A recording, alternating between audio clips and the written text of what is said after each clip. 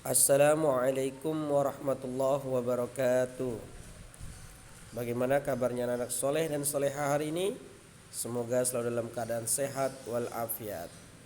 Alhamdulillah, kita kembali lagi dalam pelajaran ICB dalam pertemuan yang kedua, di mana minggu lalu kita membahas tentang kalimat thayyibat tarji, dan saat ini kita akan juga di mana minggu lalu kita membahas tentang kalimat tarji, dan hari ini kita akan membahas tentang materi perilaku menghadapi musibah.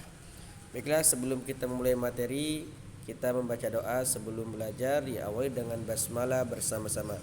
Bismillahirrahmanirrahim. Raditu billahi rabba wa bil islami dina wa bi Muhammadin nabiyya wa rasula. Rabbi zidni ilma warzuqni fahma. Amin. Anak-anakku, minggu lalu kita sudah belajar mufradat tentang kalimat atau mufradat hadirun, hadiratun, ghaibun dan ghaibatun. Nah, sekarang kita akan belajar mufradat yang baru atau mufradatul jadidah, mufradat yang baru, masih tentang kegiatan mengabsen. Yang pertama adalah kashful hudur, artinya buku absen. Kaifa haluk, apa kabarmu? Bi khairin, alhamdulillah, baik-baik saja, atau alhamdulillah saya baik-baik saja. La artinya tidak. Na'am artinya ya. Maridun atau maridatun artinya sakit. Maridun untuk laki-laki. Apabila ada laki-laki, siswa laki-laki yang sakit, maka jawabnya maridun. Apabila ada siswa perempuan yang sakit, maka jawabnya maridatun atau maridoh. Misalnya, aina salamah hiya maridoh. Mana salamah? Dia sakit. Ya, seperti itu. Kenapa salamah tidak masuk? Maridoh, ya sakit. Baik, selanjutnya kita akan memasuki materi pembahasan kita tentang perilaku menghadapi musibah. Ada pertanyaan, ketika mendapat musibah sebaiknya kita mengucapkan kalimat ya. Ketika kita dapat musibah, maka kita harus mengucapkan kalimat tarji. Apa kalimat tarjinya anak-anak? Inna lillahi wa inna ilaihi raji'un. Selanjutnya kita akan membahas perilaku menghadapi musibah. Tidak ada suatu musibah yang menimpa manusia tanpa seizin Allah Subhanahu wa taala. Musibah apa? Seperti kecelakaan pesawat, gempa bumi dan lain sebagainya. Belum lama terjadi kecelakaan pesawat Sriwijaya Air yang jatuh di perairan daerah Pulau Seribu, ya. Itu sebuah kecelakaan atas izin Allah. Musibah yang menimpa seseorang itu semua atas izin Allah, karena sudah tertulis di dalam kitab yang nyata, yaitu di Lauhul Mahfuz, tentang apa yang terjadi pada seseorang, baik yang akan terjadi dan sedang atau akan terjadi kepada hamba atau kepada makhluknya. Dan musibah itu bukan saja berupa sebuah kecelakaan, baik kecelakaan yang menewaskan ataupun yang tidak. Musibah juga banyak contohnya, di antaranya sakit, kemudian kehilangan dan lain sebagainya. Untuk orang-orang yang tidak beriman kepada Allah Subhanahu wa taala, kejadian atau kecelakaan tersebut merupakan suatu penderitaan. Dia tidak ikhlas, tidak percaya bahwasannya kecelakaan tersebut itu atas kelalaian dari orang yang melakukan yang terlibat dalam kecelakaan. Namun pada hakikatnya semua kecelakaan atau sebuah musibah semuanya sudah tertulis dan sudah diperkirakan dan sudah ditentukan oleh Allah Subhanahu wa taala atas seizin Allah Subhanahu wa taala. Musibah kematian, kita mengingat kembali Asmaul Husna Al-Mumit, bahwasannya Allah Maha mematikan. Allah berkuasa atas kehendaknya ingin atau mematikan hambanya atau makhluknya.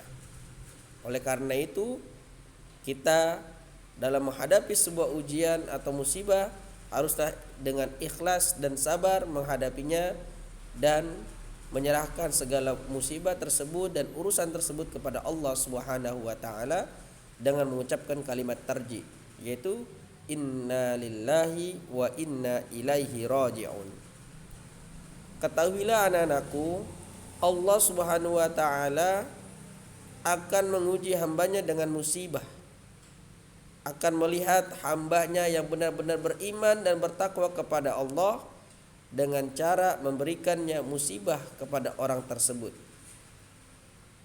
Ada kisah seorang nabi yang diberikan sakit oleh Allah Subhanahu wa taala yang sangat lama. Namun nabi tersebut tetap ikhlas, tetap melaksanakan perintah Allah hingga Allah menyembuhkan penyakit nabi tersebut. Sampai keluarganya pun pergi meninggalkannya karena penyakit yang diderita oleh nabi tersebut sangatlah bau, sangatlah menyusahkan bagi keluarganya. Itu adalah contoh bahwasannya keimanan seseorang akan diuji oleh Allah Subhanahu wa taala. Selanjutnya, ada dua musibah yang dialami manusia. Yang pertama, musibah yang berarti azab dan musibah yang berarti ujian. Musibah yang berarti azab diberikan kepada orang-orang yang lalai, seperti berbuat maksiat, durhaka kepada orang tua, melanggar perintah Allah. Dalam suatu kisah, kita mengenal orang yang terkaya pada zamannya Nabi Muhammad SAW. Ya, pada zamannya Nabi Muhammad bernama Sa'labah, seorang pemuda yang miskin dan minta didoakan menjadi orang kaya oleh Allah Subhanahu wa taala.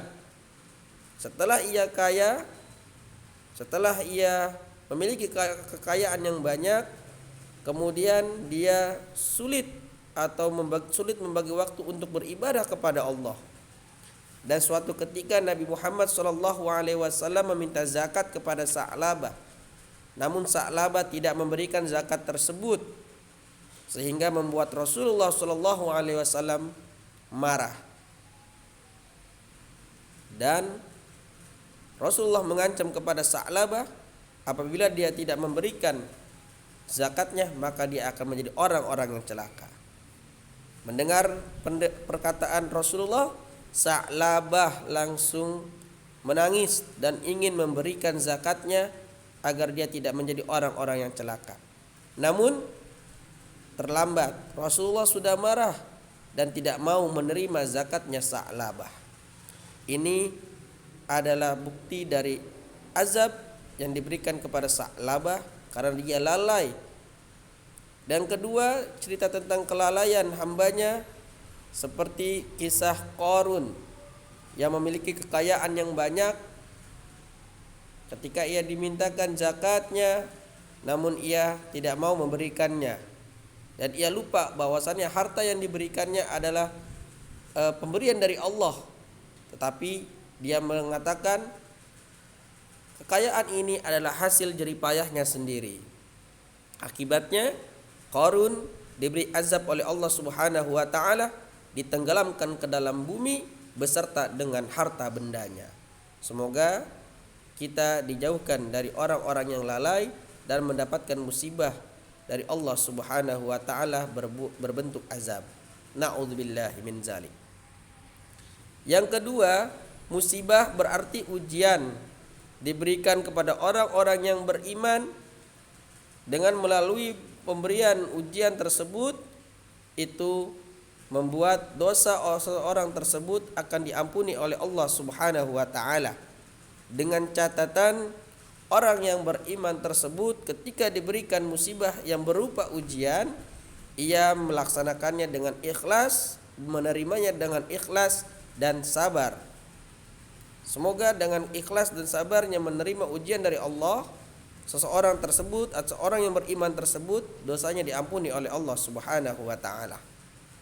Amin ya rabbal alamin. Semoga kita selalu dalam keimanan, dikuatkan keimanan kita kepada Allah Subhanahu wa taala. Ya. Adapun ciri-ciri yang dapat kita ambil hikmah dari sebuah musibah atau seseorang yang mendapat mengambil hikmah dari sebuah musibah yang dialaminya, yaitu adanya perubahan perilaku menjadi lebih bertakwa kepada Allah Subhanahu wa taala setelah menerima musibah. Jadi kalau ada seseorang yang beriman atau seseorang yang menerima musibah, baik berupa ujian ataupun berupa azab, dia tetap bertawakal, tetap sabar, tetap ikhlas, maka orang tersebut adalah ciri orang-orang yang mendapatkan ujian dari Allah dan akan mendapatkan tempat yang terbaik oleh Allah Subhanahu wa taala.